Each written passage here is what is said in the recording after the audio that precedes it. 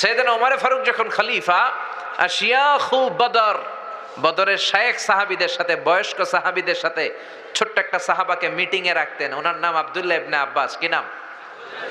সবাই বলেন কি নাম? উনি হচ্ছেন রাইসুল মুফাসসিরিন। এই পৃথিবীতে যত মুফাসসির আসবে তাদের সর্দার। এই যে আমরা তাফসীর করি, আমরা তো তাফসীরের কিছু জানিই না, তাফসীরের তাও তো আমরা জানি না, তারপরে তো আমরা কোরআনের খেদমত করে যাচ্ছি। গোটা বিশ্বে যত তাফসীর কারক ছিল, অনাগত ভবিষ্যতে আসবে, সব মুফাসসিরদের সম্রাট হচ্ছে বিশ্বনবীর চাচাতো ভাই আব্দুল্লাহ ইবনে আব্বাস। চিল্লায় পড়েন সুবহানাল্লাহ। সাইয়েদনা ওমর ফারুক বয়স্ক সাহাবীদের মিটিং এ আব্দুল্লাহরে রাখতেন। বয়স্ক সাহাবারা বলে, মনে মনে বলে, আমাদের নাতির বয়সের এই ছেলেটারে কেন ওমর ফারুক মিটিং এ রাখে? মনে বড় কষ্ট লাগে। এই ছোট্ট ছেলেটারে কেন আমাদের মিটিং থেকে উঠায় দেয় না?